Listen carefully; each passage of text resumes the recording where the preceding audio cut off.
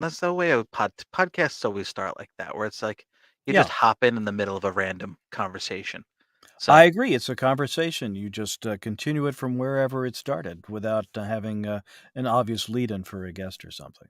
yeah, exactly. Yeah, when we don't have any of that. So we Right. just start rambling and that's what we'll do. You always like to plan so much. I Like, okay, do, wait, what it if we talk about this? We talk about that, like, nah, just go for it. That was you that should was the have a whole thing. plan. We shouldn't have a plan because this is the whole thing. It's conversation. That's what podcasts It are. is a conversation, but you do need to have some background stuff done, that's why people tune in. Well, you know what? Otherwise, it's, I heard it called a broadcast. A Who's broadcast is a podcast that people have just between 2 buddies who don't research anything, who just sort of riff on, whether it's sports, cars, you uh trying to I feel attacked. You trying You to say shouldn't. something about my other podcast? You shouldn't. You pretty much completely defined my other podcast. But Cube Nerds is not that. Cube Nerds is the opposite of that because we don't need to research anything because we've been in the workforce for 25 years. So we don't need to Uh, work. We a speak from little bit longer for experience. me, but, Okay, but I mean, yeah, I mean, I've been in the workforce, but I mean, in our careers for 25, 30 years. and I But have so we speak done from some research experience. anyway, so You what? I have done some research before, coming on air, so Of course you have. See, I've I I, looked I things never did. up, refreshed my memory on what's going on in the work industry today and, See, I that just kinda speak thing, from so experience. So with that being well, said, we have both. thank you for checking out episode 35 of the Cube Nerds podcast. Don't fear change because there's a lot of change that's been going on with us in our workforce. I'm Mike, joined always by Scott R. McKinley, and yeah. So for those of you that don't know, we are part of what we're Nick has why a we're last talking name about. too.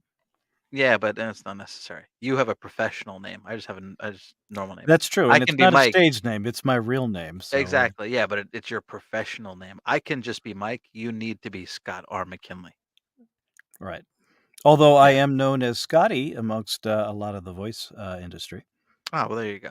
We call you but nobody Scotty too calls me sometimes. Skippy, so don't go there. Okay. I will, I'll make a note of that.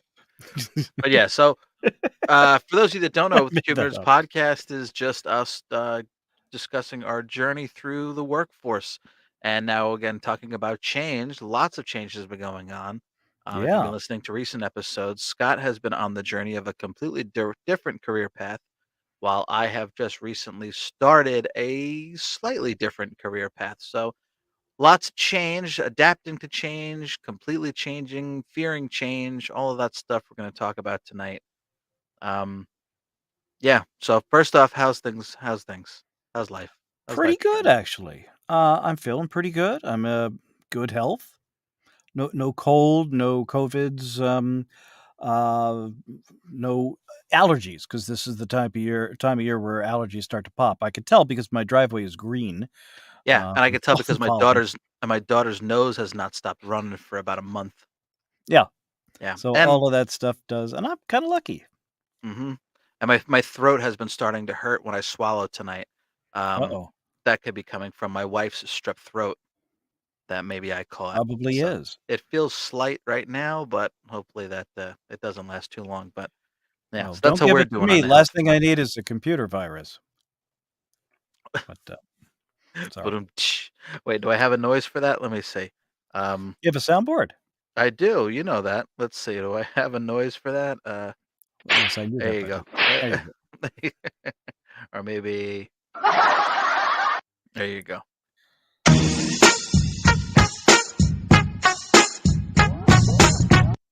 Proud. That's what that is. That's weird. These need to be renamed like completely. Like what's lightning? That's lightning. Thunder. That's a lot. Okay. Lightning Whatever. doesn't But make a noise outside of what? bzz, bzz. Just Bird don't doesn't make that. laugh. They're all just ridiculous laughs. Yeah, that's a good one for making a joke. Okay. And then okay.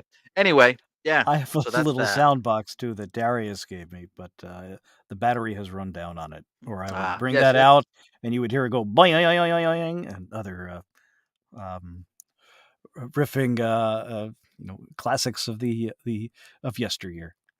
so mine are all part of my Sampling size. soundboard, which is pretty cool. It's all in one, all kinds of gizmos and gadgets and shit that I don't know how to work Does it properly. do the TARDIS sound?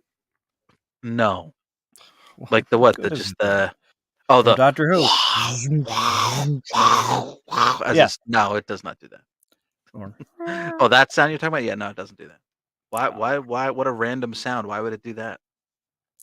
because it's a good sound. It's like doing Star Trek Next Generation sounds where you have the doors opening I kind of thing. guess. It's a weird sound for a soundboard to have though. It But okay. should come So, standard, I would think. yeah, let's hope No we'll keep that spoilers in here. mind. We're not gonna talk about Picard, season 3 final episode, but Did 'cause you watch I it? I haven't heard seen it it was yet. No, good. no, no, Okay. Alright, I won't say anything, but I'm behind on it. I heard people are blowing their minds over it. I wouldn't be surprised. Yep.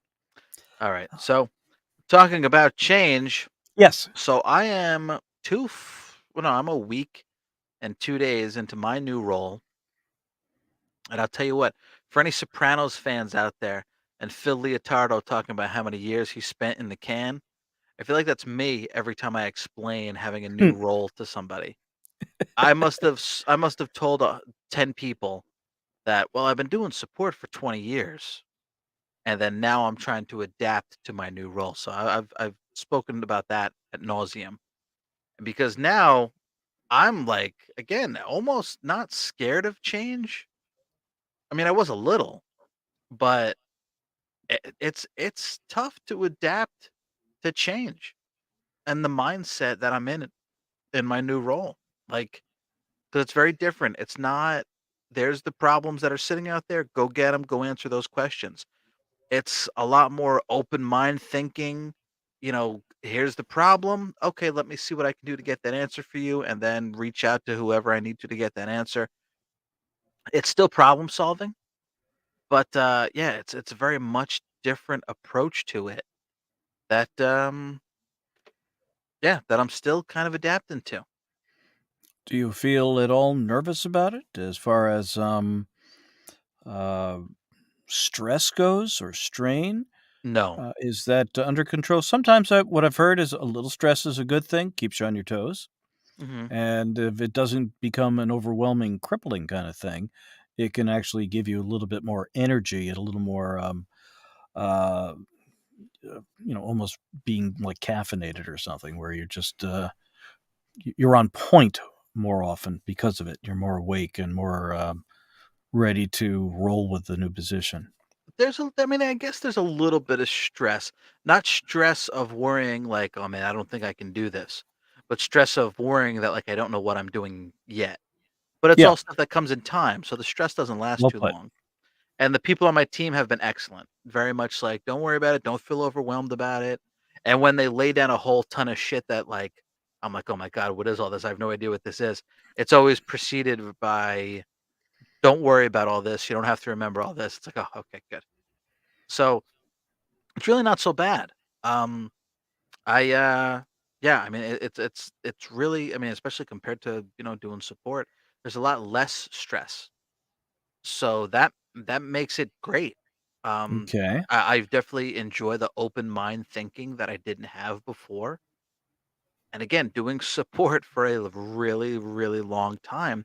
Now I'm just getting out of the mindset, like I had my one on one with my manager today, and he's asking me, "You got any questions, or anything?" I'm like, I'm kind of just wondering, like, all right, what do I need to do to be proactive? Because like if I had, because again, in support, there's always stuff to grab and do. But in this role, if I haven't heard from any of my partners, I'm like, well, I need to be doing something. What do I need to do? I need to be grabbing work from somewhere because the work's got to be there somewhere. But I think that's not the case. Like the issues come when they need to, and there'll be a time where I need to be proactive and reach out to folks. But there are some times where it's not as constant as it is doing support, where the phone calls and the cases are constantly rolling in. And that's a part that I'm still kind of wrapping my head around. because I'm sure Hmm, as hell not used to working like that. I'm used to working like, okay, there's the work, go get it, and worry about how many cases you're closing, which is something right. that I don't have to worry about, and that now finally I haven't had to worry about for 20 years, and I'm thrilled about it.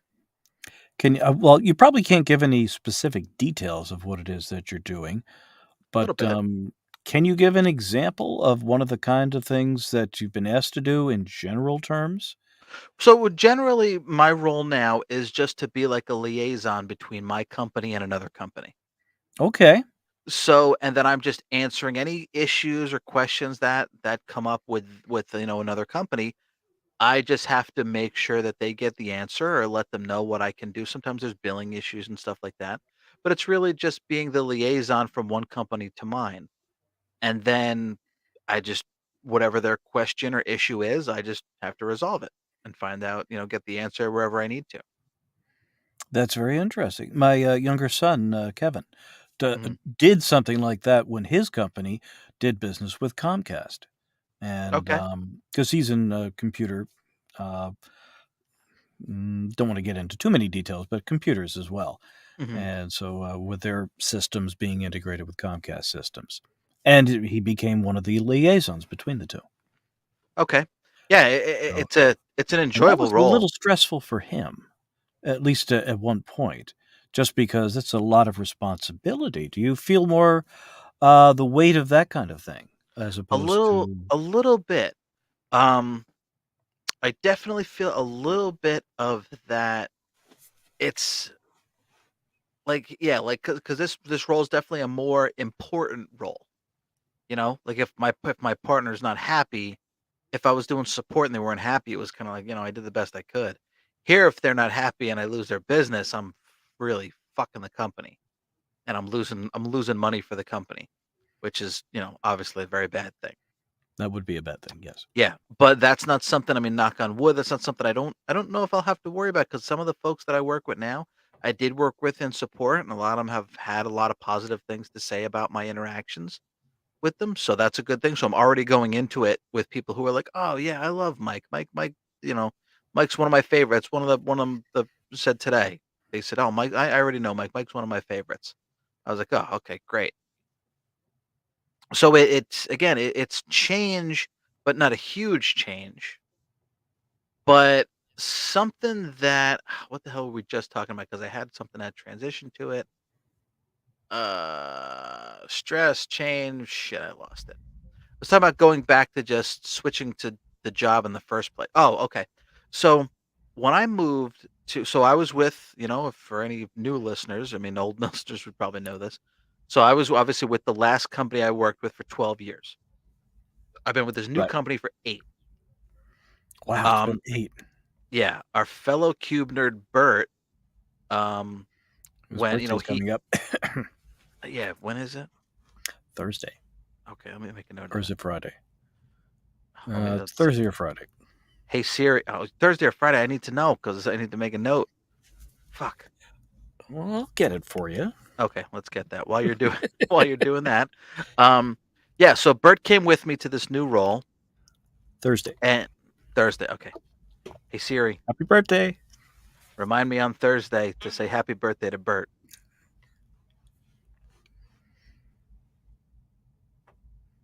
Okay, thanks for saying it out loud for good radio, but okay, good. Um, all right, so yes, so let's make sure that's in there. Hey, if he wanted to have us not say it, he could have been here and told it us himself. Yeah, but he doesn't like talking. You know how he I know. is. I'm being awful. I just miss him.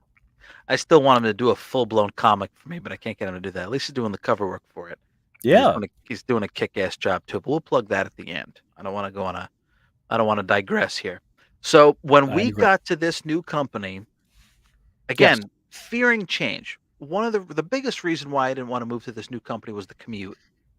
But obviously, it comes with a big change. There were some folks who we knew already working at this new company, but again, from being somewhere for 12 years and then to start over somewhere else is crazy. It's scary. So it I was is. definitely scared of the change. And me and Bert talked about when we got to this new place, it was like, and I still use this analogy to new folks that come in. Because there's other folks that have come from the old company that come to this company, and I've talked about with them, and I said, "It's almost stressful how not stressful it is, because you're used to doing things one way where it needed to get done right away, and then now you go to a place where it's almost acceptable to do things a different way that would be crazy to do in the other way." Right. So, a lot of it is adapting to that change, which can take a lot of time, man, and it did. It still kinda does. 8 years later, I still had some trouble, like, "Wait, how are we not getting this done? This needs to be done right away." But still people are like, "Okay, I'll get it." Like, eventually, this is gonna become a problem. The bigger we get, the bigger this is gonna be a problem. Yeah. But, but they deal with it, and it was okay for us, and that's almost where not almost, because again, now I understand how things work in the company, so that's not so much a point in the new role, but the same deal, like, it's a lot less stressful than the stress I'm used to in the previous role. Even though it Yeah. wasn't as stressful as the role before that, it's less stressful because I'm like, I the work, there'll be times where I'm sure there are, because I know one of my coworkers had a rough day yesterday. So there'll be times when the work is piling on top of me. But right now, slowly transitioning into the role, the work's not piling on top of me. But I'm like almost panicking, going, I need to do more. Where is it? There's the stuff should be constantly pouring on me, like there is when I'm in support, but that's not the case. So again, it's just adapting to the change and almost getting intimidated by it. Like, wow, I've been doing one thing for so long. How am I adapting to this new thing? Am I doing it right? That's what comes in. That's the big So thing is what have you been doing that's made it easier for you when there is a difference like that? In my own analogy, I would say that when I originally went from our last place of business, from the previous job I had, which was a different industry, it was retail, and I came over into the cube nerd world. And I know I've said it before on here, but I was sort of like, like you can leave now, Scott. And I'm like, but I've only been here 8 hours. I just got here. I was used to working crazy hours under crazy stress. yeah, And it took a while for me to realize that not everybody else was like realizing just how good it was compared to where I came from as far as the work environment goes. And they're all like, well, we used to have it better when we were at the other building. They took better care of us. Now we're over here in this brand new building. There's not even a cafeteria. I'm like, you're used to a cafeteria? what's I'm used to cafeteria? having to run to the food court, spend a ton of money, and then run back and not have a chance to eat or anything because we didn't have a lunch break. I never took lunches in retail because if I was in charge, and I was, um, and any time I spent eating was time that things could go wrong, that Yeah. I wasn't Oh, watching what was that's going on it's funny you bring because that up. I was one of those managers who overmanage or what do you call it? Micromanage? Micromanage. Micromanage. Ah, okay. And, and plus, you go through different assistant managers and things. Some of them were better to put in charge than other ones were. And not But all it's of them, yeah. it's funny you bring that up because, like, I mean, lunch specifically, I'm used to having to punch in and out for lunch, and okay, we can't try any new places because who knows if it's gonna take too long, and we gotta worry Oh, about getting yeah. back to lunch. But now I go to lunch with coworkers, and they're showing me all these new places in the area. I'm like, "Wow, I didn't even know this place existed." Like, they've just gone every day, they've gone to check out a new place. Meanwhile, me and Bert would go to Buffalo Wild Wings every time we'd go to lunch because it was just the safe bet, Yeah, because we we didn't we wanna take a talked chance about to that anything else. after the comic fest that we had gone to, Yeah. and you were a little disappointed at it. Now, Yeah, it sucked when I we think that went was that night. right after the big wave of inflation had first hit, and so Maybe? everything had more or less gone up about 40% in price, Mhm. and they got was it your order wrong?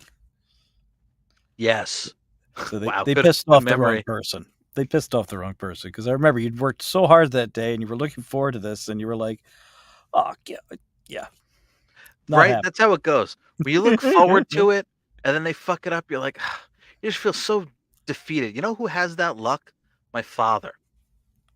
I'll Oh, yeah? never forget, there was it was Mother's Day, and we went to some place, and we went to a place my dad wanted to go to on Mother's Day, I believe, and Hmm. there was one thing he wanted, and they didn't have it. Or maybe it was the other way around. It was still a place we went to, but something he wanted, and they didn't have it. Ugh. And then we went out to some place on Father's Day.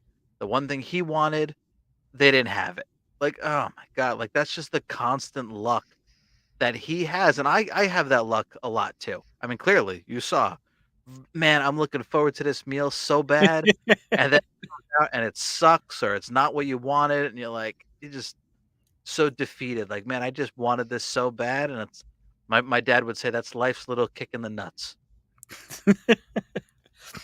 And I still can't get over people going out to eat wings, because when I was a kid, nobody ate wings. That was the part of the chicken you threw away because it was a waste of time. It was just a bunch of gristle and a little tiny thing, and then somebody invented the buffalo hot sauce, and then became sort of a thing to like, "Oh, this is really good." Like that made a difference. I don't But remember a time evidently, where, well, you're too right. young. I But guess I so. remember when it was considered, like the trash part of the chicken. Hmm, And the only good parts were the breast and the drumsticks, which was yeah. unfortunate because one was white meat, the other one's dark meat. But Mhm. Oh, remember, I never mind. But we could go on a rant I about never really chicken all liked the day. wild wings. And never mind. I'm getting off topic. You didn't Which like buffalo? Okay. But yeah, but again, now I've well, tried all kinds of new actually, I enjoyed places what and I ate. So I didn't have the Buffalo Wild Wings. I think I had a burger or something. I can't remember, but it was tasty. the one by my job is not bad. Wasn't They bad. if you go out there, if you go during lunch, it's okay. Um, I went one time late at night, and it was like I had wings and a beer, and it was like $20 for wings and a beer. No, it was like $25 for wings and a beer. Like 16 bucks for wings and $7 for a beer, so it was more than that. It was insane. If you go on lunch, it's a different story because you can get the lunch special with fries and a soda, and it's like $13. So, and they've been giving you pretty meaty wings, so that's good. I could see you at Yeah, but we 60 going digress. moving to Florida and just, like, "Oh, I get the better meals at 8 o'clock or 4 o'clock because that's, before the Yeah. rush hour to Well, when you feed 'em go the enough, that's what happens. fancy thing." Yeah. Yeah, so lunch cast. The That Seinfeld episode. I don't know that one. Well, the Cube Yeah. Nerds lunch podcast will be coming soon. Lunch and, snacks or no, fast food, topics we'll be talking about. Maybe that'll be the next We episode. should revisit that, yeah, I We've haven't been wanting had, to talk about. I've since I know since you I lo left our last job, I really haven't eaten that much in the way of fast food, Oh, well, that's a so damn good I'm thing. behind the curve again. See, Very fine. yeah, I know you love talking about food. I do, especially when I'm not eating much or if I'm fasting for something, then, like a blood test or something like that, and, Mhm. I do it just because it's fun. It's also a fun topic to talk about where you really can't tick anybody off.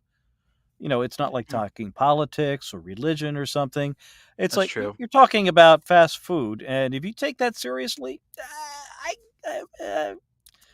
there's something Well, wrong. yeah, we'll cross that bridge when we come to it. Let's stay on topic because yeah, because pretty much, So, yeah. yeah, that's something I know I could deep dive into too. Um, So you're dealing with the stress, okay? You're trying to prepare yourself for moving on to different kinds of responsibilities, and you're dealing with change. yeah, So, is there anything that you've learned from previous jobs what didn't work dealing with change that's making a little bit easier for you this time, or is it just apples and oranges where it's a different kind of circumstance and there's no way you could have prepared yourself for one or the other? Different well, kind of jobs. I'd say yeah, it's different kind of jobs. So I would retail say into business, like I was saying earlier, apples and oranges. You can't yeah. always just count on that to be better at one and not So I the would other. say last company to first coming to this new company where I was still doing a support role, that definitely had the preparation because I remember there was like 30 cases in the queue. And I mean, now we're grown so much. Like I'm pretty sure there's like 80 cases in our queue looking back at it. But back then it was like 30 cases in the queue, and they were like, "Oh man, we're getting slammed with 30 cases." Like, yeah, don't get discouraged by seeing all this. I was like, bro, I just came from a place where there was 300 cases in the cube. So you don't gotta tell me not to be discouraged, all right? I've been in the trenches, dude, all right? You guys Oh don't even know gosh, I what's remember that yeah. now. I'm like, "You That guys don't one even know what cue discouraged is." for special projects or service projects. And it Yeah. was like, I was like, "What in the world?" Like, that's where it became a dumping ground for Yeah, so that again, when they're stressing out over 30 cases, I'm, like, trying to not stress over 300 cases. So that was that change, that adapting, but now from going from my yeah, just previous role to my current role, not stress, more so kind of taking, "Okay, what have I learned from my previous role?" and applying it to here. So, like I said earlier, I've had a lot of interactions with these earlier people. Now I have a more relationship building interaction with them. And before it was like, here's my issue, solve my issue. Now it's like because hearing guys talk to the other ones too, they're so personable, like they're friends with all their people. And I'm like, man, that's a whole new ball game that I need to get into because I'm the same deal. I'm like right to the point. What's your problem? Let's solve it. And then I gotta move on to the next one. But that's not the case anymore. But again, like I said, I've built a relationship with these people where at least they know me. yeah, They have been happy with my work in a lot of instances. So that's the good starting point to just build off of that. The change again is that because I've been doing almost the same thing for 20 years, how do I do something different? Thankfully, it's not, I mean, unlike you, which we'll digress to, or not digress, but we'll transition to. My role was kind of not a completely different change because like I said, I've worked with partners in support. Now I'm working with partners in a relationship aspect. So it was change, but not a drastic change, which is good. You made a I mean, kind of out of your hands. You made a very drastic change where you just completely changed, professions, I guess, from, being a cube nerd and to being a voice actor. yeah, and, I actually look at it not so much as a complete change as or a career change, it's a career evolution. And I think anything you do in your life is just yourself, your core being, adapting to whatever change of circumstances comes up, I wanna some say of something which real quick. can be of your own choice. Real quick, I wanna say my son today, he asked me because I was talking about my new job, and he asked if it was was it a reward? I was like, "A reward? Was my job a reward?" I was like, "Oh, do you mean a promotion?" And I was like, "Yeah, okay, yeah, was it a promotion?" I mean, no, it wasn't. It was a brand new promotion, or it was brand new job, not a promotion, but it was funny. They said, "Is it a reward?" It is a reward of sorts. Yep. Good evening, Pat. Thanks for joining us. Hey, Yep. So I'm I'm sorry, on go the ahead. column, I think. It is a reward of sorts, I think. You know the people there, you've interviewed with them, you've made connections. So it's still something you have to interview for. They're not just going to give it to you because they like you. Were that all good jobs would be like, hey, as soon as you're your buddy, come on, I'll hire you.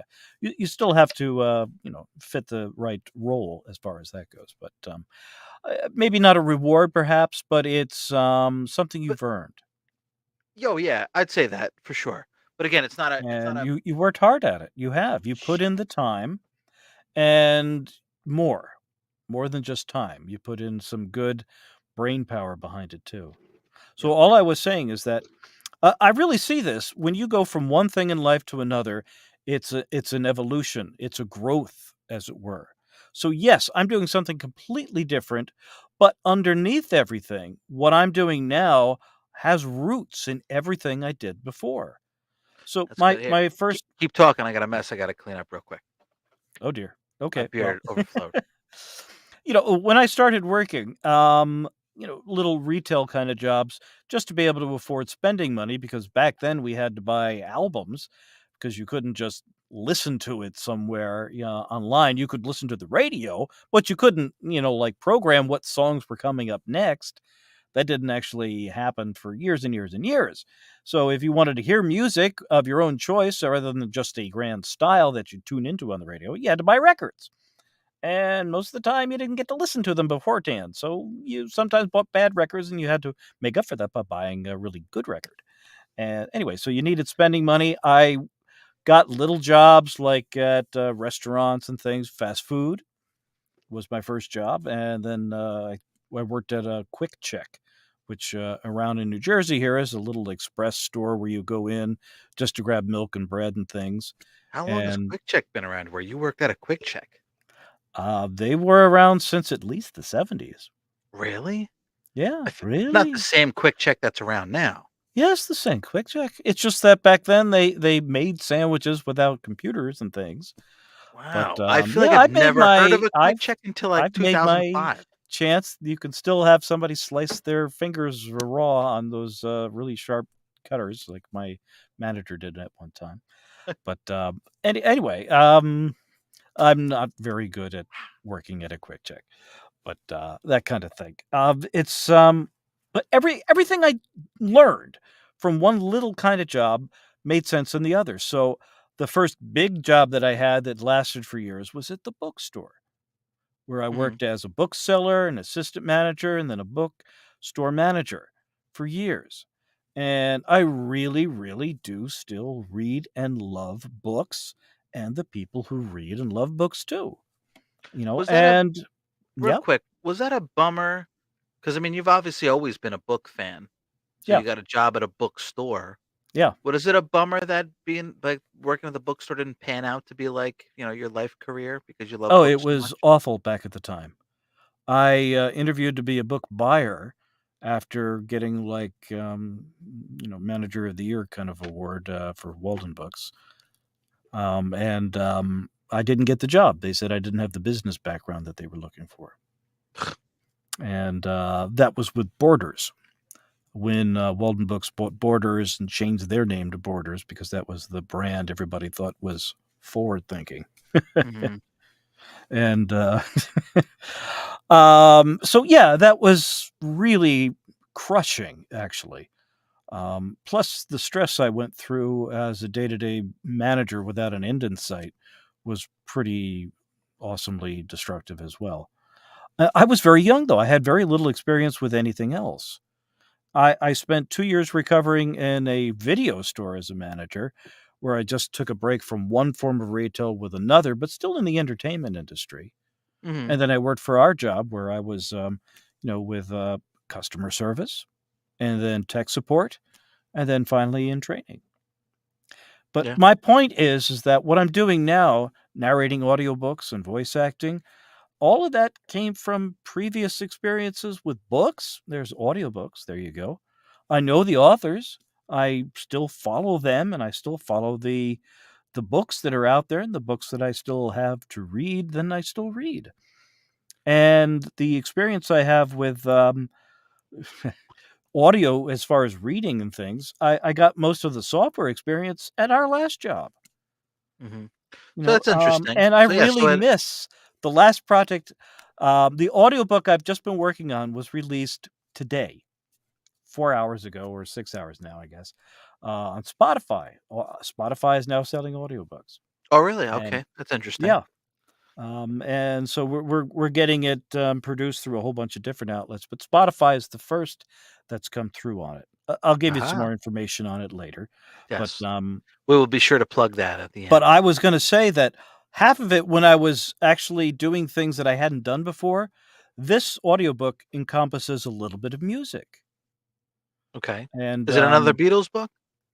it is another Beatles book, about John Lennon. It's the one I've been working on for months. It's a really long one. Man, you're about to be Uh typecast for your Lennon impression doing Beatles stuff. That's right. I don't understand. But, You gotta branch out a little bit. gotta branch out a little bit. Well, the next book I'm supposed to be doing is a history book, Okay, good. Revolutionary War era with a true crime about a murder. Did Lennon the Mobster and the Lawyer really open up a lot of doors for you? It did. That's great. It did, and I got to go to Beatlefest, last was it this month? What month is this? April. Yeah. Yeah, this month, like 3 weeks ago, The interview I you got to be on stage with the author. How about that? is there a YouTube video of that? I don't think they had one on YouTube that they put there. They did have, unless I put one there, but, I What's haven't, done anything with what's most of the the interview photographs you I've taken. just did? Where you Interview? were s Yeah, didn't you do an interview? What's the I was interviewed on a podcast by, me and the author of the book, Jude Sutherland Kessler, with, uh,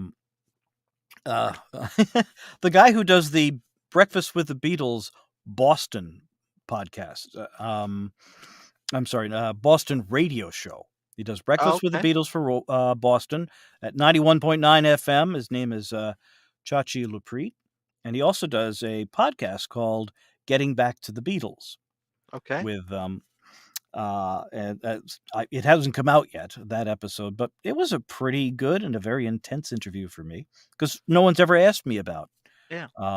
doing audiobooks before. Now did they do a video of that? I don't know. I mean, we were on a Zoom call, but I think it's only an audio release. I'll Oh, it have was to on a double Zoom check. call? What's the picture It I was a saw Zoom where call. somebody was, like, interviewing you and the author standing at the table? That, was a picture that I had, that I put out on Facebook. Yeah, was that a did they interview did they have interview That was the roving camera at Beatlefest, and as far as I know, they haven't posted a video of that particular clip. let's see. It You know was what? aired What's your name? live to anybody who was on the what? I said, "What's your name?" Scott, well, yeah, I'll tell you what, if Scott I type R. in McKinley. It's on the screen right in front of you, see, with maybe the because I R and follow everything. you. I know that. Maybe because I follow you, but if I start typing Scott, Scott R. McKinley already comes up. But oh, yeah, because 'cause I'm subscribed to you. Oh, you have 13 subscribers. Good for you. For what? Um, For my for your audio? for YouTube? Your YouTube channel. There's so little there that's original content, though. That's But true. I will have more to put there soon. You have 2 videos up. Yeah. There Um, was the comic thing, and then there was the video that I put together for, Lennon the Mobster and the Lawyer from, WNET PBS, New York radio show from 1972, I think? that's not you playing the bagpipes, right? No, I don't play bagpipes, I know. and I've seen them. Just trying to see I if, think I've held them at some point, but, I have no idea how to not have them go all squiggly in your arms when you're trying to compress and get the air to just come out the right end of the mhm. Yeah, okay, no, I mean, So, yeah, no, if I they've just didn't done a do anything to do with bagpipes. if the I'm just saying when I search Scott R. McKinley, that's what comes up. But yes, okay, so looking at, yeah, I don't see anything with your name specifically about it, but is Yeah. it so it was just Beetle Fest The 2023? Fest for Beatle fans or Ah, 2023 Fest for Beatle fans. so not Beetle Hashtag Fest, I'm a Lennon fan too. What? so not I'm a Beetle Beatle fan Fest, too, the Fest for Beetle fans. which I'm sure was probably a copyright issue for, uh, Exactly. copyrighting the name of it or trademarking, I should say, way back in the day. Somebody asked, Mark Lapidus that, during he's the one who runs the Fest for Beatle fans, There's a and he lot of basically videos said for it had that. changed back then for something, similar to that kind of a reason. Shades of Life. Next year is the 50th anniversary of, the Fest for Beatle fans. 50 years. Okay, who's the guy that Mark who's mean Lapidus, or Lapidus Productions. did you talk to Mean Mr. Mayo at all? Yes, I did. Oh, Joe Mayo. well, part 2, more finds from the Fest for Beetle fans. The picture is him Yes. holding up Kessler's books. You mean like this? Yeah, that's that's the one he's Should have holding up. known better. If things go as planned, I may actually be doing this one next. This one is 1964, Really? which, to be Are we honest, gonna would be, one of my all-time favorites because that's the year of A Hard Day's Night, which is still one of my top 3 movies of all time. I absolutely adore that. What's that? This is Yes, Mr. that's Joe Mayo. Mayo. He has a podcast too. Me, Mr. Mayo. You're listening to it, of course. most recent, Volume 5, Shades of Life. This book is 1964. This book is 1965. And what I like about her prose, and but a lot of way He talks tone, about the and books. I don't she know if he talks these about days, you. and she. Well, I spotted him at the fest. Oh, you knew him already? I was at the table with the author and her husband Rand, and so we were just discussing things. And I'm like, "Isn't that Joe Mayo, the guy with the podcast, who was just walking there? Like, are you Joe Mayo?" He's like, "Yeah." Defensive as one does when strangers walk up to you, like, "Are you somebody?" I'm like, Mhm. you're not going to hit me, are you? That kind of thing. You just get a little like, he turned out to be a really nice guy, and he stayed and he talked with Jude, and he bought a couple of her books, and that's him holding up the ones that he bought when I was there. Very cool. So I think we kind of went off on a tangent on Beetle We Fest, did, we did. But but thank I you for guess letting me do that. so. Yeah. Jude Sutherland Kessler, How was what KESS. was the word you used to explain your transition? It's an evolution An of evolution, a one job evolution. career into another. I'm using elements of what I have from all of the different fields. So I've had customer service backgrounds from retail, which helped me a lot when I was doing customer service at our last job for the payroll company. And I leaned on that. That was one of the things that I used when I was interviewed for that job. Was like, I have customer service skills. I software skills I've been learning. I found a fascination with computers once upon a time, and I got training and all that and that. But the customer service was all me from what I'd already had. I'm like, I was the manager. The buck stops here. Somebody gets upset. They're on the phone. I talk to them. No one else does. And so that's the kind of thing that you wind up doing when you're trying to troubleshoot. You never know who's going to call and just say, like, "Hello, hi, my name's Scott. Can I help you? I'm missing punches." Just screaming. And that was one of the calls that I took. And I'm like, Yeah. okay, let's break that down. Just calm Dude, I down just can't a even little tell bit. you how happy I am to not be in that position anymore. I I almost feel never bad saying hated it. it for the people that are I still in that never hated position, it. but you never hated it? I like talking to That's you, people. because you're I Mr. do. Positive. I was it was torture. Pretty sure It that's how I it it described it gets to a my little wife. long when you It's don't get a torture. change. Absolutely right. You do need to change it out, and I do feel like the way that they dealt with it in that job, whereas, like, I mean, they had a healthier approach by the time that you left, which was like, "You shouldn't be doing this for very long. You should transition and move to something else." But Yeah. what they didn't realize was that that was basically a way of talking to them like, "Why don't you quit?" And that's not good for the company or the people either, because that's how it was Yeah. taken. They meant like, "Why don't you transfer to another department where you don't know anything, and that'll be less stressful, right?" But no, it didn't quite work like that. Yeah. I It's think if there quite was a the way for opposite. them to like, "All right, you're burned out on answering the phones in this particular role. Let's learn you up on something that's a little bit different, give you a chance to get your breath, and when you've gotten okay with that, why don't you come back and then try it?" And, Pat agrees. It's all right, torture, I all say, right. torture. Pat agrees. If you don't like it, then you should go. Have a long range plan, as I've said on other episodes of Well, this. that's another thing too, again, But because I know we've I kinda was talked gonna say, about. what I missed when I was finishing this audiobook, and I worked a lot of hours at the very end, more than I should have, more than was healthy. But it wasn't that I was like, "Oh, I'm suffering so much." It was instead of like, "This is so much fun. I get to do this Well, and that's get good. paid at the same time, and it has to be perfect." And so I'm refining it as the author's like, and I don't want to ever visit France. Do you know why? Because evidently my pronunciation sucks for anything that's a French word.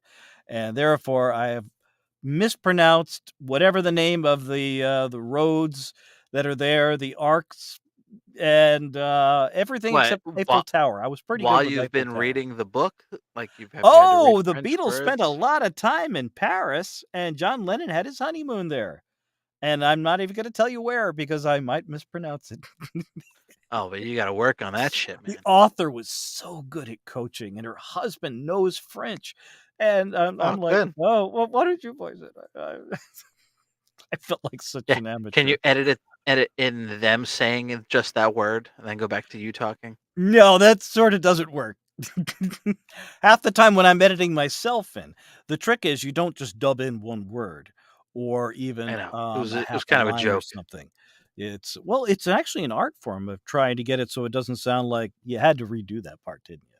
You Yeah. know, you have to be careful of that. But I missed being able to go back to our former manager, John Hart, and saying like, John, I did this. I mixed music in with the audio. For the very first time, I was able to mix in different clips of this because we licensed music from an actual band from New Jersey called the Really? Black Ties. There's a Why? band in central New Jersey called the Black Ties that do Beatle covers and other covers and a couple of original songs which sound very Beatle-y. They were at Beatle Fest, and the author was so impressed with them, and they were really nice guys. I rode up in the elevator with one of them. What didn't know who he was at the time. I'm like, "Well, he's dressed rather nicely with a vest on and a tie and everything," and making conversation in the elevator with people who were like, I And can't you get off on used my floor." Like, "No, you and you gotta speak up used like their it too." music for a training video at our last company? No, that's in the audiobook. Oh, okay. But I What used does John music Hart have to do with anything? because he would be the one to, play it back, and he's like, Nope, not quite, not quite." When I was doing the training videos, I would run the latest version past him, and he'd be like, No, typing sounds too loud. That's too loud, too loud. Can't do it like that." And then Hmm. I'd have to go, and I'm like, It's almost perfectly." It's gotta be perfect. You be I that enjoyed critical of that it? very much. Yes, he was great. It's good to have somebody to hold you to the highest standards, because Okay. otherwise, anybody with a tape recorder is putting out an audiobook, and it doesn't sound like that. Okay. Anyway. Sure, man, whatever you Um, say. yes. But yeah, but okay, so again, it was an evolution to your job going back to about 20 minutes ago. It was an Yes. evolution of your job, which is great because again, see, but again, you are now here's the thing. When you decided to go this route, because now to pretty much summarize, you were you were let go, you chose to take the severance package from our Yes. last company because they dissolved the entire division, which is Or at least at our location. bullshit. Yeah, And, yeah, so New Jersey with, our particular, part of the company, basically was gone, yeah. and they switched headquarters down to, Norfolk, Virginia, Yeah, they and kept the outsourced other to offices, Virginia, they outsourced to El Paso in the well, Philippines and it's India, and outsourced means to different companies' employees. So more or less, they were our employees. I trained them myself to replace us, yeah, but, more or less, we sorta it became obvious it was coming after a while, I think. okay. But nonetheless, so But you didn't nonetheless, have it came sooner than I thought it would. but you didn't have yeah, so you didn't have a choice to leave the past job. Correct. What were And you everybody in the nervous? world was already applying to other parts of the company, and they weren't having any luck, and I knew that I probably wasn't going to be having any luck because I was sick. Yeah, And, the last thing I wanted to do was to interview with something and then go on sick leave. yeah, my And, company should have given you a shot for sure. They well, I absolutely should have. interviewed at your company, and I don't think I interviewed well. I know, but they wanted to go with someone younger and they fucked up. And then they're now, and they paid for it, but still. I digress. But It's a so pity again, too because I wasn't sick when I interviewed. yeah, It was so a you can't couple of use years before I left. so you can't use that excuse. Um, so now just what made you, I guess, going down the route of being a voice actor, was that something that you wanted to do? Were you worried about doing it? Were you scared to do it, or you thought, "I have nothing else to lose, so I'm just gonna try this I out"? always wanted to give it a try because it happens to a lot of people where somebody would say like, "You have a good voice," or "Do you do the radio?" Remember, we had one of our coworkers, Anthony. who has the radioest radio voice I've ever heard. Not wait, Anthony? Anthony who? Danius. No. Yes, the guy No. sounds like he belongs on the radio. No, no, no. Are you forgetting about Maurice? Um, oh, jeez. Yeah, Well, yeah, you are. he is a classical music Yeah, vo if he anybody has a had a classical voice for music voice. If anybody had a jazz show on a radio, yeah, he would be the person to host that this show. dude had the smoothest black man's voice you ever heard. No friggin' And way, Pat evidently, who? he had a Pat, home no friggin' studio way to who? back You it talking up about too. Danius? Exactly. But Danius has a Maurice radio was voice. I don't know about that. I swear to it. I could hear him on the phone every day because he was so close to us, and he sounds like he'd be like a great talk show host on the radio. Mo has a great voice, somebody said. Yeah, Yes. Pat says no friggin' way to Anthony. I Yeah. I disagree completely. I I think yeah, he I has a don't know if I wonderful see voice. that either. Let me see. Who said But it that? Mo. happened to me. Ah, Mitch. How you doing, Mitch? Thanks for watching. Mitch Ooh, says Mitch Taradash, another former coworker.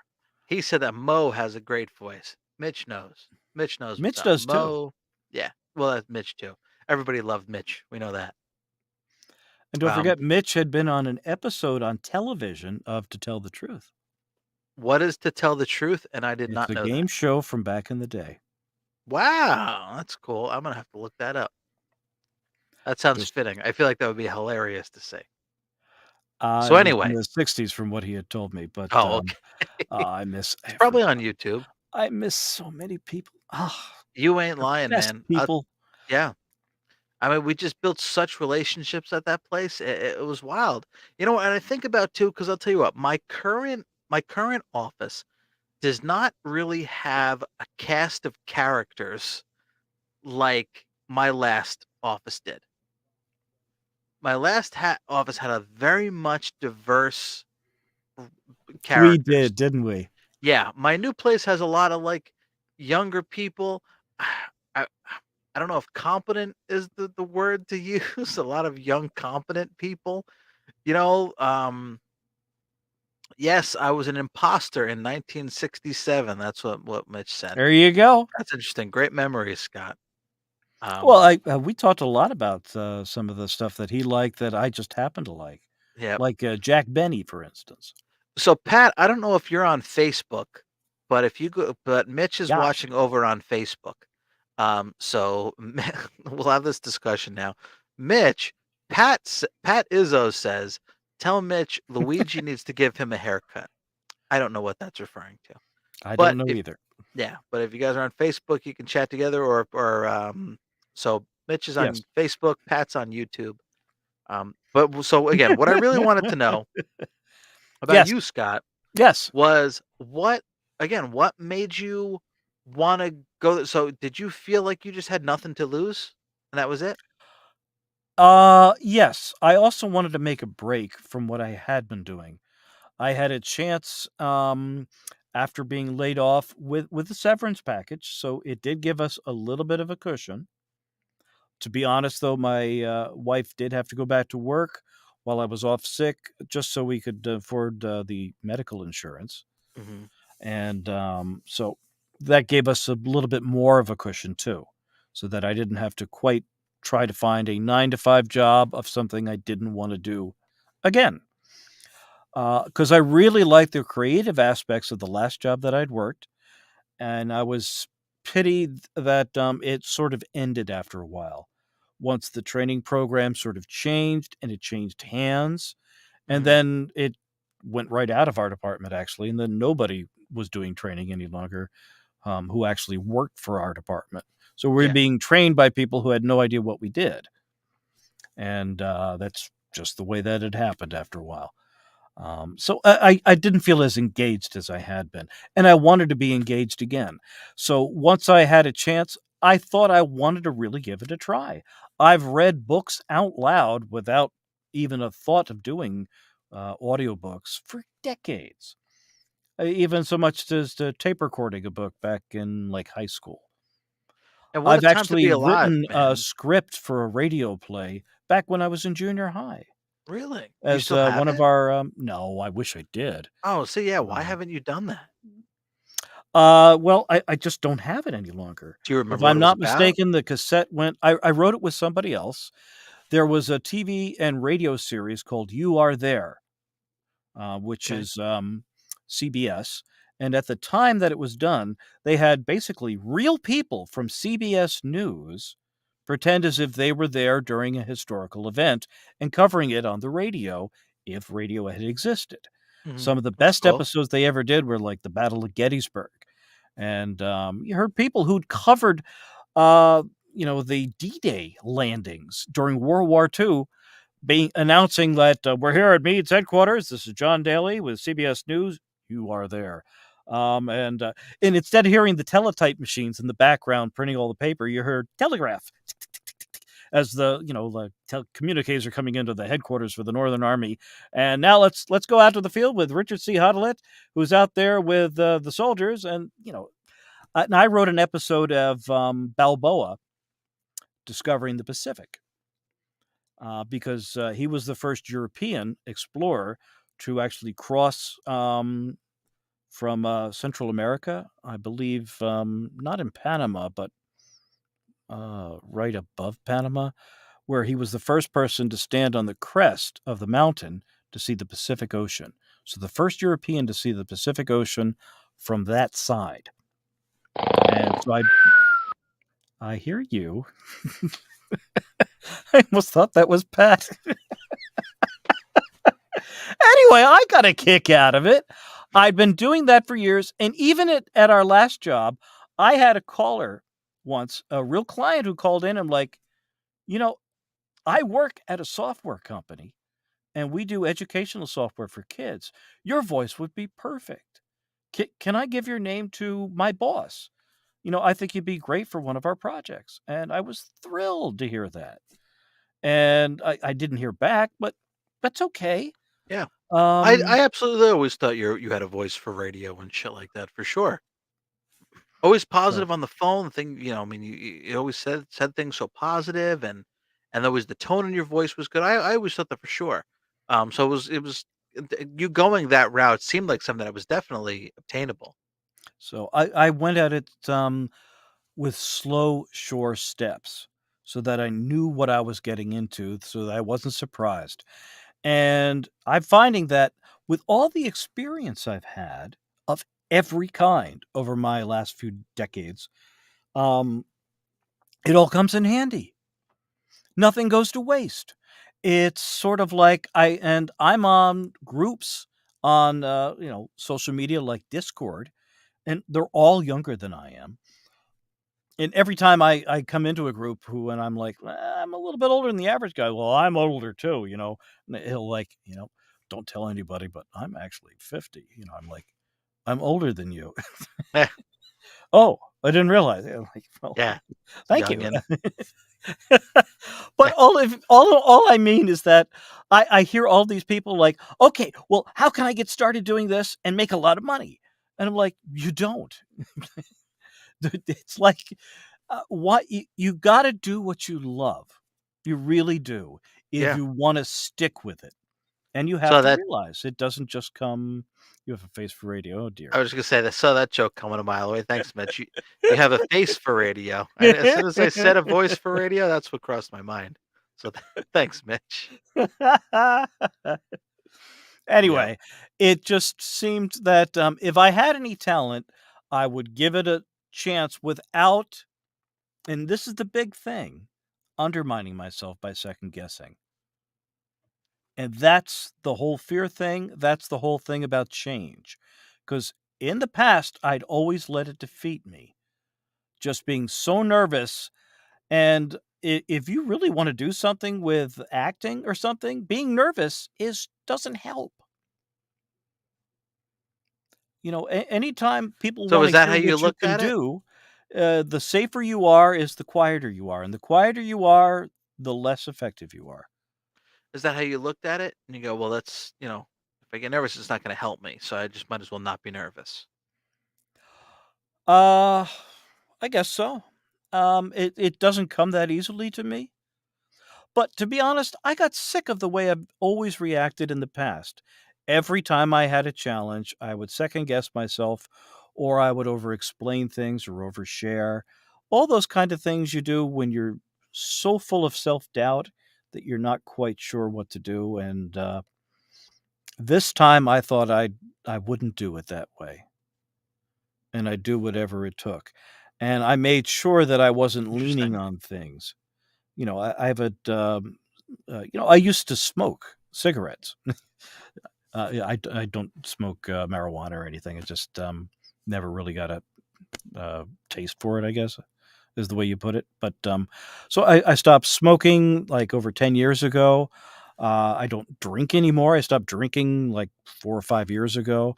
And so I don't have any little habits that I can lean on anymore to help cruise me through. It's just yourself Hmm. and whatever wherewithal you might have. And slowly but surely, if you grow that and don't let yourself defeat yourself, it's all how you react to other things. And it's just a matter of like, okay, no, not perfection. I saw the comment that you highlighted. Yeah, I was gonna. I mean, you have to It's not acknowledge it right now. I was perfection. just gonna It's wait just for you. getting it done. Pat said that It Scott has doesn't a have to be passion for perfect. perfection. And it doesn't have to be perfect. It just has to get done sometimes. And there is that if that's one of the things our past job taught me, it's that. It's that whatever you do, if you can't keep on schedule, that remember that whole quantity thing versus quality? Remember that Mhm. little pendulum that swings back and forth whenever you're in any sort of a job that asks for results. And I'm saying that you can't have it without that pendulum. You have to have that tension between without the pendulum, the clock doesn't move. It doesn't go any forward. If you have only quality and no quantity at all, nothing gets done. If you only shoot for quantity, then you're taking bad things, bad decisions. I didn't want to do audiobooks that I wouldn't like. And I didn't want to do, like self-help books by people who weren't trained in self-help. I didn't want to do you know how many books are out there for people looking for narrators of cryptocurrency books? Hmm. There's a ton of them. And Crypto's in the shitter, so that's interesting. well, it's still it's get rich quick. It's the whole thing of like it's almost like how to cheat at cards or something. Of here's the shortcut that I can take. Um, People are That's always true. looking for that. That's the whole appeal of the gold rush is something for nothing. If Yeah, you can that's do true. that, if you can get that, if you can find a way in, whatever. Sometimes that doesn't work. I mean, I love the joy of a good hunt, and I love stories about treasure. I would love to narrate a book about the gold rush of 18 is it 46 for the California gold rush, Well, there you go. For or any 1897 authors for the listening, what? that's a passion. I said for any authors listening, that's a Well, it's passion my project dream for to do Scott. a book or a project about everything that I'm excited about. Hmm. That's You know, why getting a gig um, working on the Beatles it would seem so cool. Me and Working Bert on the told you. Beatles was it came out of nowhere. Yeah, I me and Bert never told you, like, dreamed of man, getting hell yeah, anything you got to do that. so good that quickly. It just happened. I'll talk about it some other time if you like, but yeah, but this current book that I did was because of that first one.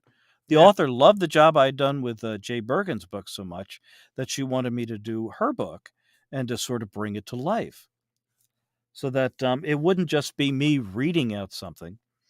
Um, which is not it, what you do. You do add stuff to it. You do add yes, some life to it, which is great.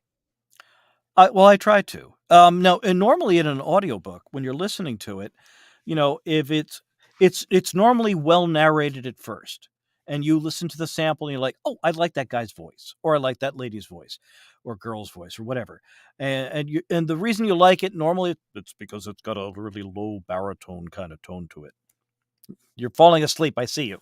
I'm sorry, I'm just It's yawning because because I'm it's late. talking too much. No, that's not the case. It's 11 o'clock, and And you I've hear had that, but the baritone goes on and on and on, and it puts you to sleep after a while because it yeah, doesn't that's what vary. it is.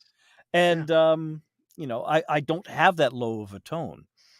But I you hear enough books, and then when they come to a little bit of dialogue, the voice doesn't change, and it occurs to me that that's a great way to get somebody to fall asleep.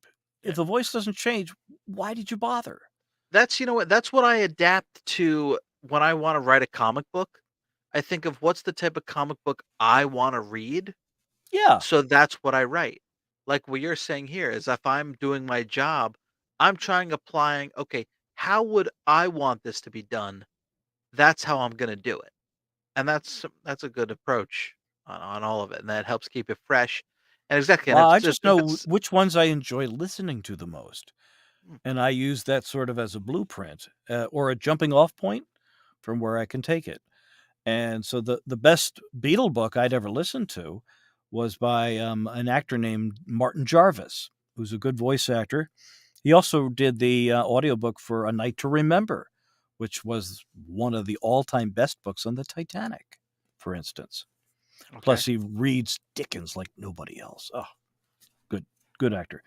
But anyway, he brought a little bit of voice to the Beatles and made them sound a little bit different, and it catches your attention. Suddenly, you're more cued in, and now when a character comes up in the book, you listen, and the voice stays the same. And that's very important. It draws you in, and it gets you more engaged in the book.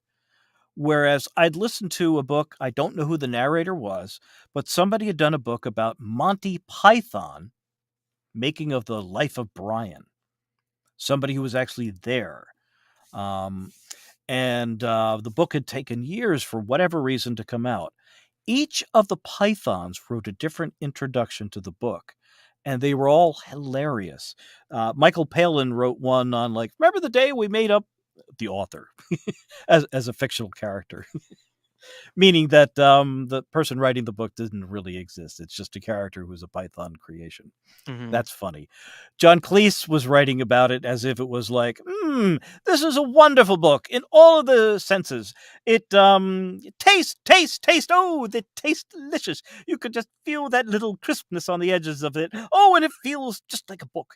And one of these days I'll get around to actually reading it or something. But otherwise, it's a joy for all the senses. Smell that bookish smell, and things like that. Very, very funny. And the narrator read it like this.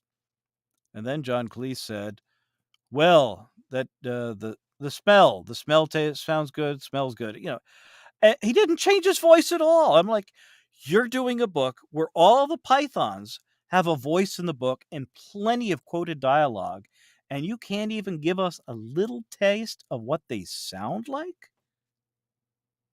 Is that too much to ask?" I mean, this isn't like, listening to, Lincoln's Cabinet or something where you're like, you probably don't really care what Simon Cameron sounded like. Am I right? Yes, Exactly. that's correct. You see what the point is. Or Gideon Wells, although I think he had a high-pitched voice. Did you realize that Lincoln's Secretary of the Navy wore a wig? What? He did. He was bald. Gideon What Wells. what a I'll tell you what I think. I I want to do a think book on Lincoln. I think you need your own podcast to talk about to talk about audiobooks and history. Bert and I have both told you that. Do your own damn podcast and just Get go off on. of mine, Scott. Oh my No, I'm god. just saying because you have a lot to say, man, and you have a lot of knowledge, and we talk about this shit all the time. Just don't, especially being a voice actor, don't hesitate to do your own thing. I will post it. What is that? Pictures of Oh, that's the audiobook. I get all right, Didn't think I wouldn't be prepared. I said I did let's get to homework the for this. plug portion of the podcast. So, Scott, I'm gonna take a nap, and you go ahead and plug all the stuff you need to plug. Well, the audiobook for She Loves You, from the John Lennon series, don't fall asleep on me, was just released today on Spotify, and, it's on sale. Now, before you say anything or react, I would just tell you that unlike Audible, we went for as many outlets as we could for this one. It will be available from Audible if you'd like to get it from Amazon. That's okay. It Did will you be mention available from there. It's just not there yet. I'm sorry, did you mention something about being bald? Something about bald. I resemble that remark. Mitch, Bald. clearly you haven't seen me Gideon in a while. Wells was actually bald underneath his. Well, you're not bald. You have a shaved head. There's a I'm pretty difference. bald. Oh, It doesn't grow here. It grows that's here, typical male pattern but it doesn't baldness. grow here. So I choose to shave it. So I see Mitch mentioned something about being bald. So yeah, I'm Yeah, with you, Mitch, and I mean I don't want to say half. I'm not half your age, but I'm I think younger than you are. So and yet you I'm are. already bald. So, but Well, I'm sorry, Scott. Go ahead. that's quite all right. Anyway, it'll be out soon on Audible and from other platforms too. But right now, it's already out on Spotify because Spotify is now doing audiobooks. Very cool. And it's on sale. It's only $19.95. Now, if you're seeing this podcast and you're not in 2023, the price may have gone up because that's the sale price since it just came out now. But not bad for a book that's 33 hours and 1 minute long. Wow. Holy shit. What? It's a long book. I'll say. Scott, I could never read a book that long. This is why you probably want the audiobook. Well, well, I have to listen to a book that's that long. You put in that much time, man, huh? Holy shit. It was worth it. That's awesome, and that's It was wild, and that's also, again, which I said for the previous book, the most fun I've ever had. there you go. There's a great endorsement for that book. What's the name of the book The again? amount of voices I had to learn for this is just. It's called She Loves You By who? by Jude Sutherland Kessler. Awesome. That's Very cool. Kessler. Her other books are on Kindle. It's here's Should Have Known Better is the 1964 book. The one She Loves You is from April of 1963 to March of 1964, and it includes the Beatles landing at JFK, the 60th anniversary of which is next February. Wow. So everything in the book that you'd be likely to read is anniversarying this year as well as early next year. So a good Okay. time to get on it and remind yourselves of what a ride it was in the UK for the Beatles throughout most of the year while America sort of boiled over with anticipation in that 1 month or maybe 2 months where they got really, really popular before they hit. That's all, just 2 months. Okay. And then it became something that's never happened since. Really. Really And funny, Pat. couldn't happen again. Hilarious. I Don't blinded I'm it. there's a little bit of a delay on YouTube comments, but don't do that again. You blinded me. I'm assuming he's referring to me taking my hat off and showing off my bald head. Oh. Hilarious. Well, I thought And maybe we'd shown some science or something. no, But I miss all you guys so much. Um, yeah. oh, I do too. So So anyway, that's out. And I've never been interviewed before. So I was on a podcast just a few days ago. I'll be on another one on Friday this week. I'll be on a show called Plastic EP, which is an Australian show with now this guy who wears sunglasses. He's a I pig. know you wanted to do part of the book. Do you want to do that, or do you want to save that, We could or save that for later. You later? said you didn't want me to hog the whole episode. I did anyway. I didn't say No, hog the whole just episode. suffice it to say, I had to learn a lot of different voices to do this.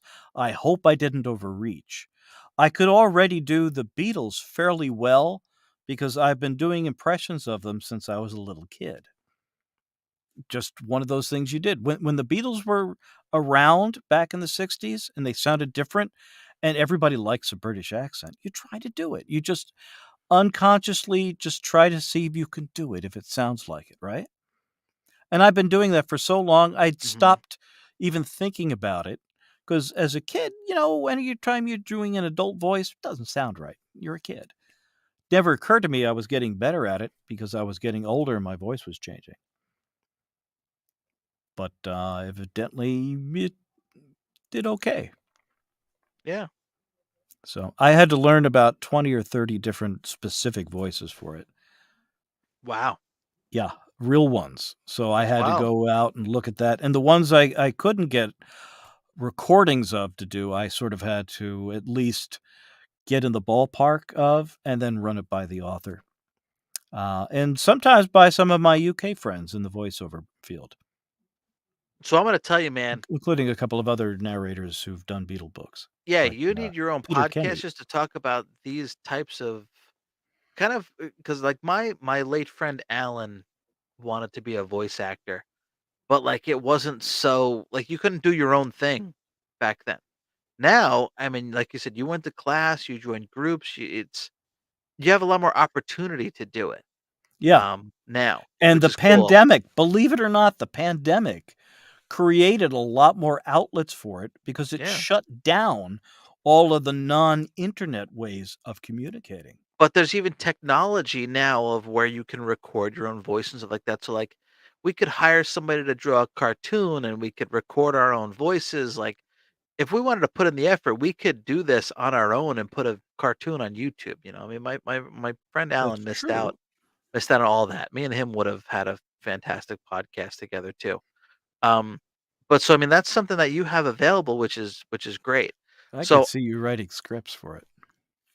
no, we would have had a broadcast, I guess, that you set up in the beginning.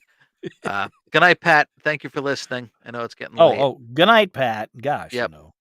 But yeah, but I think we you don't stay need up your very late in South Carolina. yeah, but I think you need your own to because again, this is interesting stories and stuff like that too that come with doing the voice acting, and I think a lot of people would be interested in that, interested in the process. Well, I can tell you that if you can hold on long enough, um, just from, basically knowing that you're doing the best you can, if you don't throw yourself under the bus before you, have more experience at it, then you will get better. It's that 10,000 hour rule. You've heard of that. I have. I I can't remember who said yeah. it, but if you spend 10,000 hours at anything, you're gonna be good at it, basically. Now, Yeah. I haven't spent 10,000 hours doing this, at least I don't think I have, but, it's true.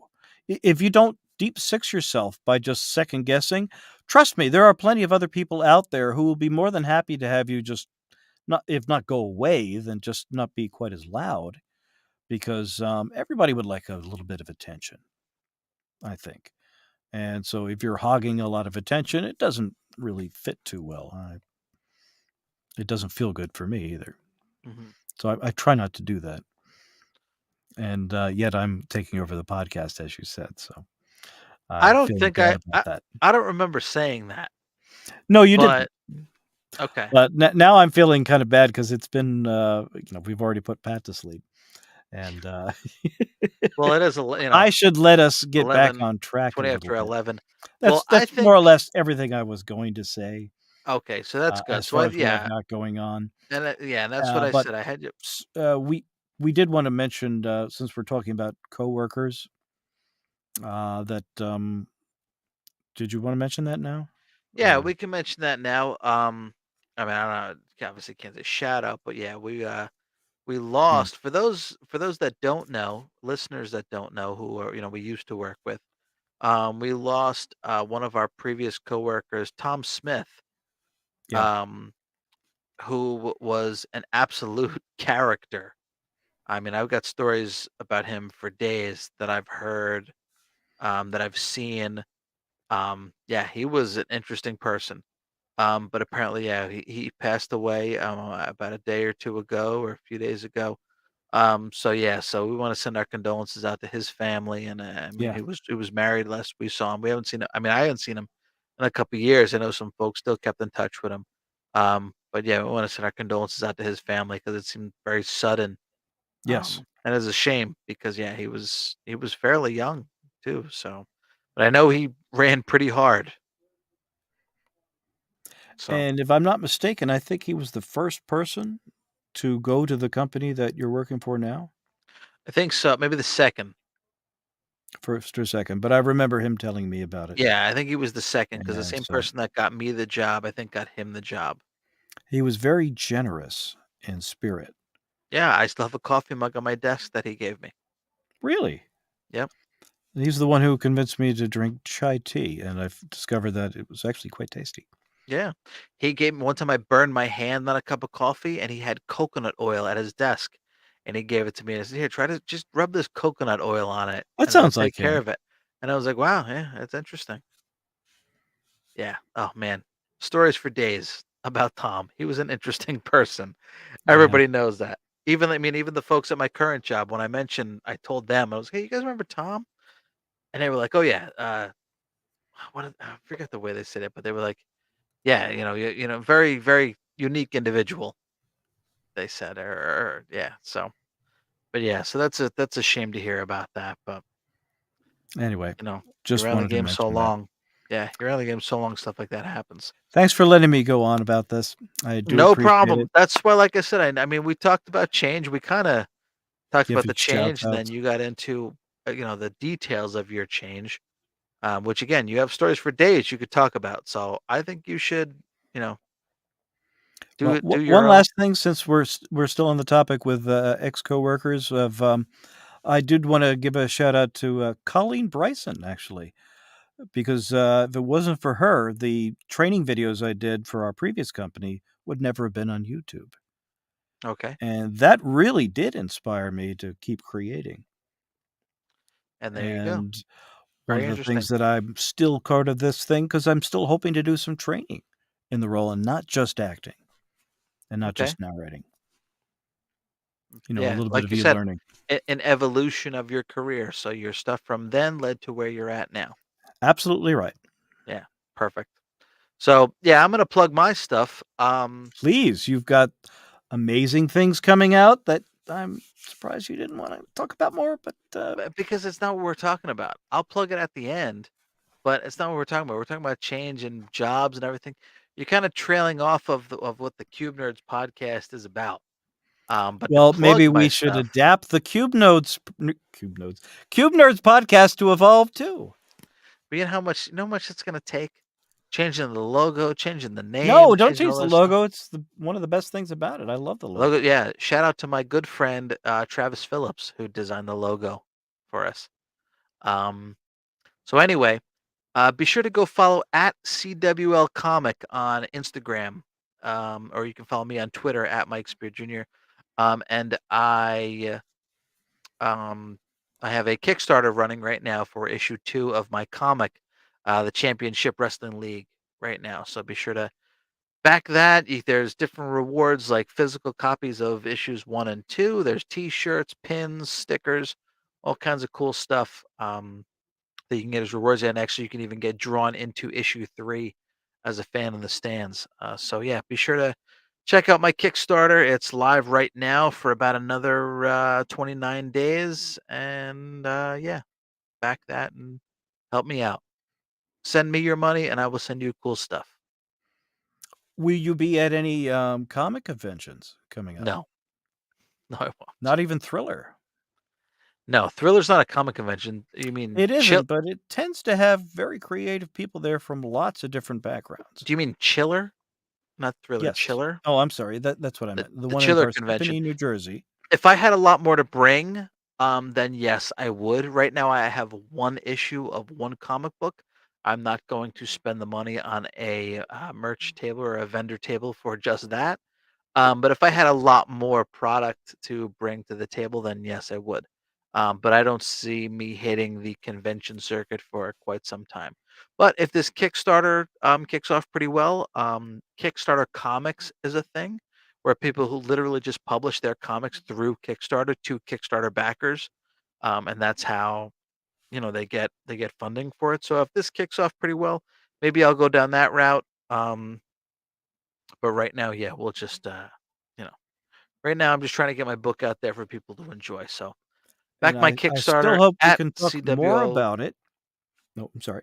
at CWL Comic on Instagram. Go ahead. Again, I mean, we could talk more about it. I plug it. I plug it at the end of the Mind Your Effing Business podcast. So again, that's kind of not. I mean, maybe if we want to do a whole episode on side hustles, we I can do wouldn't that. call it a side hustle. Do I have to go into this again? Yeah, I think you probably would, but, we don't need to do it now.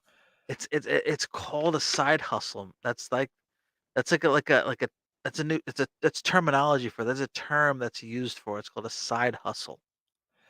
It's Well, not a if you sh wanna denigrate it, it's no, sure. it's not a It's like saying schwindle. that, when you're talking about something you're passionate about, it's like saying, "Well, do you wanna hear my spiel?" You said that on the last episode, and Yes, I did. that's not what it is. It's a different term. That's what it's called. It's called a side hustle. Like a hustle as in you're working hard at it. Well, I think we should talk more about Kickstarters at some point. Maybe you could help me with one. What do you need one for? I was thinking we might wanna do, an audio CD version of the audiobook. Right now, it'll be digital only, but I know that there are some people out there who would really like to have a physical copy of it, and there's a lot more expense to it than there is for a digital book. Okay. Who do you know wants a physical copy of who wants a CD? I do, and I wanna see Okay. it in, our the Roxbury Township Public Library. Who else?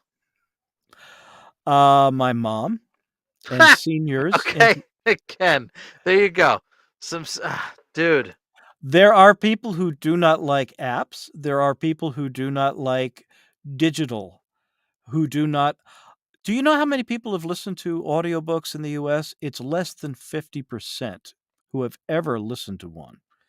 And I can tell you, when I had free copies of previous audiobooks to give away, and I said, "Here you go. Here's a code for a free one. All you gotta do is plug in an Audible." And the amount of people who never used it because they couldn't figure out how to do that. It Who just to show you that there are plenty of people out there who would who did you like, give it to? ah, lots of different people. Okay, give me an age range of the people you gave it to.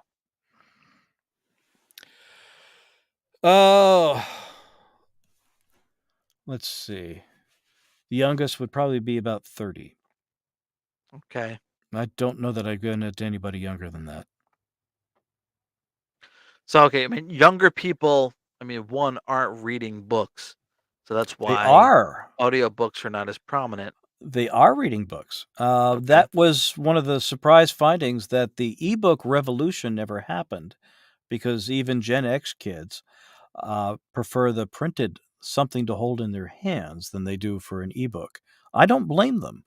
I've been trying to get used to ebooks myself, and they really come in handy on a long trip with a plane where you don't want to bring a Yeah, box of for expensive sure. books, but it's not the same kind of reading expense.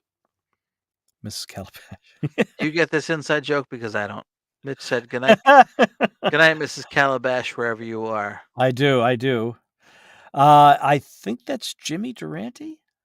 Oh, Jesus Christ. You old timers. I guess our, old timer will tell me if I got it right. Yeah. Even though I know "Good who evening, Mrs. Calabash, Even though wherever I you know who are." Jimmy Durante is. Well, you So have I to, guess at least from, the Frosty the Frosty Snowman the cartoon. Snowman. There you Yeah, go. that and the movie Greed, with Michael J. Fox, and he sings a song. Um, yes, He so does. there's where I Oh, get.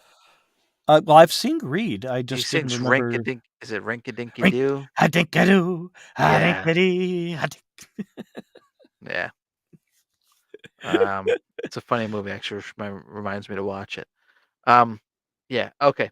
Trying to Anyway, remember yeah, what else he was that's in. what I have going on right now.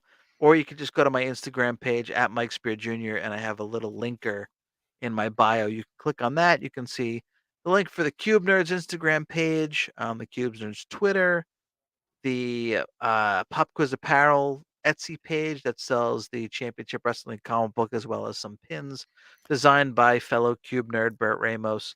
That's right. Um, and then the Mind Your Effing Business podcast, the Cube Nerds podcast, all the good stuff I got going on. So do that. Also, too, be sure to rate, review, and subscribe. And Follow the Spear Studios YouTube page where all of our content is posted to as well. You can listen to our podcast on Spotify and Apple Podcasts.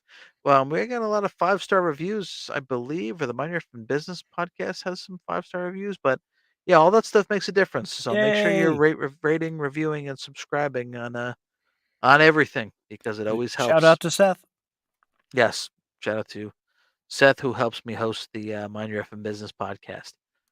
We got into a good debate last night on episode 26. I posted in the description that if you have a friend or family member that you debate politics with, this is the episode for you because we definitely go into a debate where we disagree and then get back on the same page. And it's like, all right, take care, man. See you next week. You know, there's no, there's no relationship ending arguments over something stupid like politics. So Well, things have been calming down in the political sphere, I think, a little bit to I making that suppose, hopefully. Or it could just be that you're both really nice guys. yeah, I think maybe it's that. There's that too. Yeah, because we definitely get into when we discuss politics. It's yeah, he's very much right wing, and I try to support more of the left wing, but we do both agree that Biden is pretty fucking stupid. I Um, don't.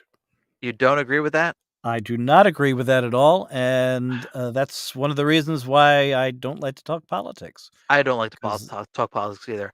I will ask, have you heard him talk? I think he's doing a much better job than anybody thought he would do at the beginning. Okay, but have you heard him talk? Yeah, I have. Why? Come on, man. Again, like I said, I'm more of a Democrat and a liberal by far than a Republican conservative, and I'm like, this guy is out there. He's lost. He's lost in space. Well, I stand by what I said at first. Whether he should run again, I don't quite know that I'm on board with that. Okay. But I still think, and I will say that he's done a much better job than I think anybody thought he would have done when he Okay. was first elected. All right. I mean, I don't know what the standard was for that, but I mean, again, yeah, I I don't know. admit it was pretty low by the time he came in, There you go. Yeah. without getting into other politics. Yeah. Yeah, we won't do that And for I sure. I promise hate not to politics. kidnap the next episode the way I did for this. I Trust mean, me, I've that's what, like I worked said, so hard toward this that yep. And I totally understand that. And that's why I said, man, go nuts on your own show. I will post it, produce it, whatever. Go nuts because you have a lot to say about the work you did. And I totally understand it. So don't be I will afraid to do talk that. about it. I Yeah. will do that. And I just didn't have a chance to get one ready on such short notice. Yeah. But I mean, if you saw my video that I posted where I talked about how I made my own comic, I did it all off the cuff. I didn't write it. I thought about it, I guess, a little bit, the different topics I was going to cover. But then I just started talking and it just happened. That's all it is. That's every episode. I don't plan anything. I don't write anything. Like for podcasts, I think of a topic and then I just go off on that topic based on experience. I'm not going to talk about something that I don't know what I'm talking about. I'm going to talk about it based on experience. So therefore, I don't need to remember or write or script it out or write anything like that. So do that.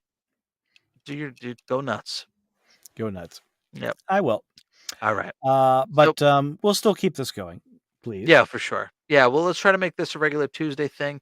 My kids go to bed early enough. Um, Okay. Yep. But I mean, I think that'll do it for tonight.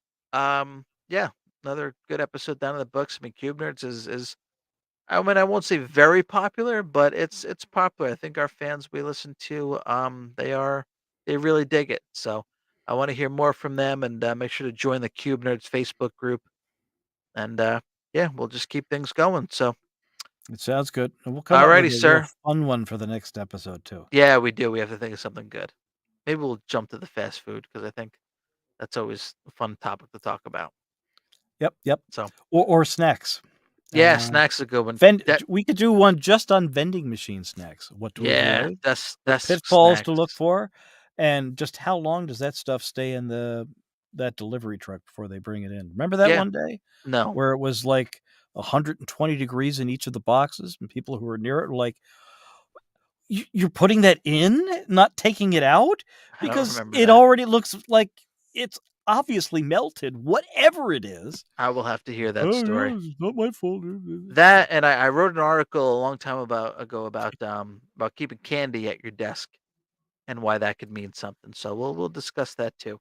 Yeah, I Yep. have a problem with that, or Okay. did anyway. We'll bring that up on another episode. So, alrighty, sir. Yeah, I think that'll do it for tonight. Thanks, folks, for listening. Yep. Like I said, be sure to rate, review, and subscribe, and we will try to do this again next week. Thank you for tuning in. Thank you, Yes. Mike. All right. Thank you, Scott. Okay. Alrighty. Take care, folks. See you soon. Yep. Bye.